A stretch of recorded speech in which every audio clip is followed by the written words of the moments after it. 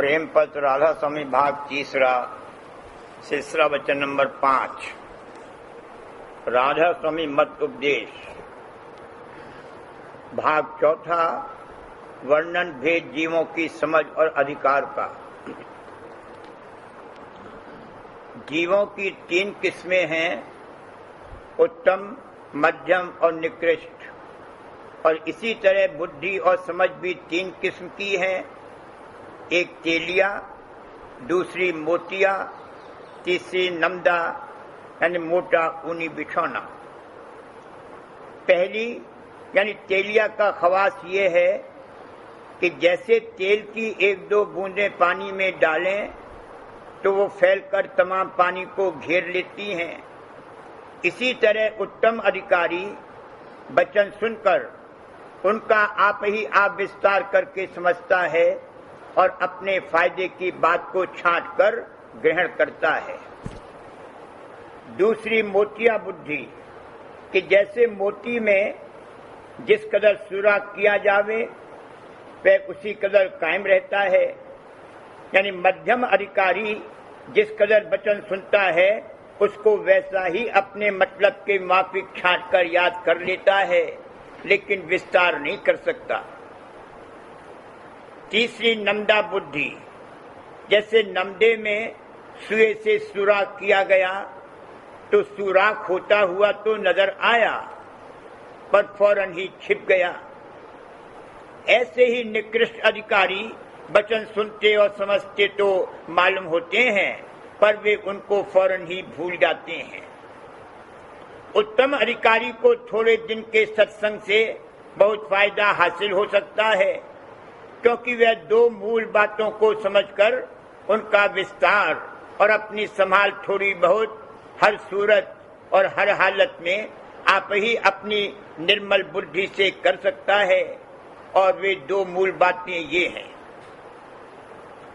सूरत की बैठक जागृत के समय नेत्रों में है और यहाँ से धार जिस कदर अंतर में ऊंचे की तरफ को शब्द और स्वरूप के आश्रय खिंचेगी, यानी पुतली उल्टाई जावेगी, उसी कदर देह और संसार से बंधन ढीला होता जावेगा। यानी इधर से बेखबरी और उधर की तरफ होशियारी के साथ रस और आनंद मिलता जावेगा।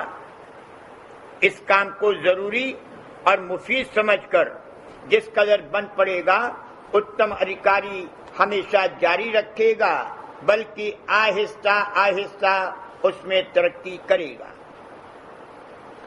मन और इंद्रियों की धारें बाहर मुख जारी हो रही हैं और इच्छा यानी ख्वाहिश के साथ ये धारें पैदा होती हैं और पुतली के उल्टाने यानी मन और सूरत की धार को अंदर में ऊपर की तरफ चढ़ाने में वे तरंगों की धारें विघ्न कारक हैं।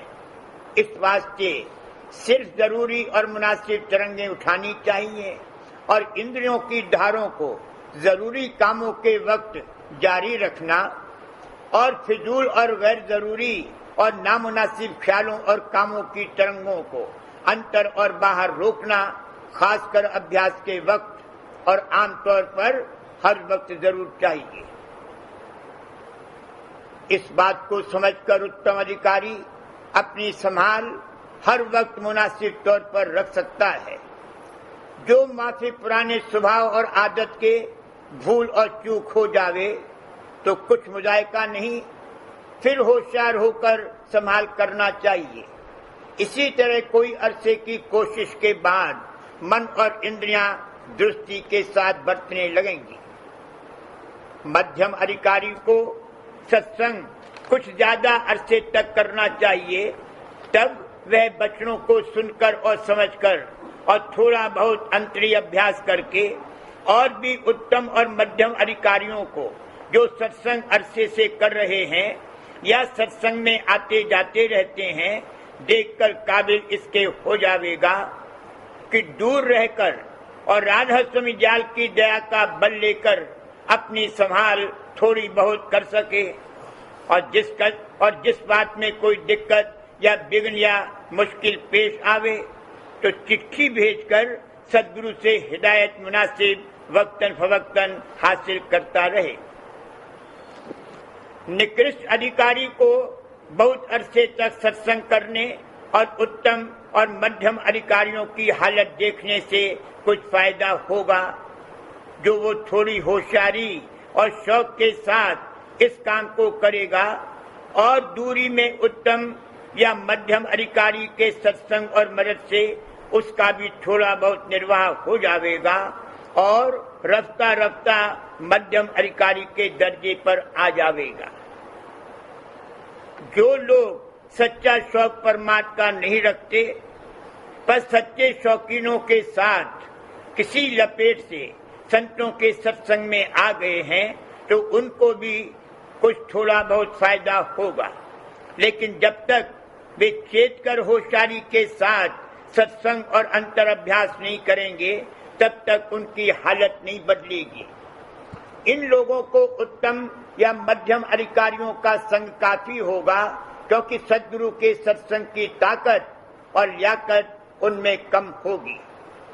खुलासा ये है कि जब तक जीव का जबर झुकाव संसार की तरफ रहेगा और मन में वासना भोग और विलास और उसकी तरक्की की रहेगी तब तक वह संतों के सत्संग और उनकी युक्ति के अभ्यास से गहरा फायदा नहीं उठा सकता कि जिससे उसकी हालत जल्द बदले और परमात्मा का रस बराबर अंतर में आवे। जो कोई सच्चा दर्दी परमार्थी है वो राधा स्वामी मत की पोथियों को गौर से पढ़कर बहुत फायदा उठा सकता है और चिट्ठी के वसीले से उपदेश हासिल करके अभ्यास में राधा स्वामी जाल की दया से भजन और ध्यान का भी रस ले सकता है और अपना हाल वक्तन फवक्तन सद्गुरु या उत्तम अधिकारी को लिखकर और हिदायत मुनासिब लेकर अभ्यास में तरक्की भी कर सकता है। पर कितनी ही बातें राधा स्वामी मत और उसके अभ्यास की बाबत ऐसी हैं कि वे सिर्फ जुबानी समझाई जा सकती हैं और लिखने में किसी न किसी किस्म की गलती या धोखा हो जाने का खौफ है। इस वास्ते ऐसे परमार्थी को भी जरूर और लाजिम है कि अगर ज्यादा न हो सके तो एक मर्तबा जरूर सत्संग में हाजिर होकर और चंद रोज वहां ठहर कर जो कुछ की शक और शुबे या किसी बात में समझ का फेर होवे उसको दूर करावे और जो बातें की जुबानी समझाई जा सकती हैं उनको बखूबी समझ लेवे ताकि उसके अभ्यास की तरक्की में दूरी की वजह से खलल न पड़े और कुल मालिक राधा स्वामी जाल और सद्गुरु और सूरज चंद्र मार्ग की प्रीत और प्रतीत मजबूत हो जावे। और जो ऐसे परमार्थी का किसी सूरत से सत्संग में आना न बन सके तो जो वह सद्गुरु का हुक्म लेकर किसी उत्तम अधिकारी परमार्थी से जिसने कुछ अरसे सद्गुरु का सत्संग किया है मिलेगा और कोई दिन उसका सत्संग करेगा तो उसको थोड़ा बहुत उसी कदर फायदा हासिल हो सकता है जितना कि सद्गुरु के संग से। और जो उत्तम अधिकारी का भी सत्संग प्राप्त न होवे तो जब तक कि मौका सद्गुरु या उत्तम अधिकारी सत्संगी से मिलने का न बने तब तक जो मध्यम अधिकारी सत्संगी मिल जावे कि जिसने सद्गुरु का सत्संग किया है तो उसी के संग अपनी परमार्थी कार्रवाई सद्गुरु से चिट्ठी के जरिए से उपदेश लेकर जारी करे।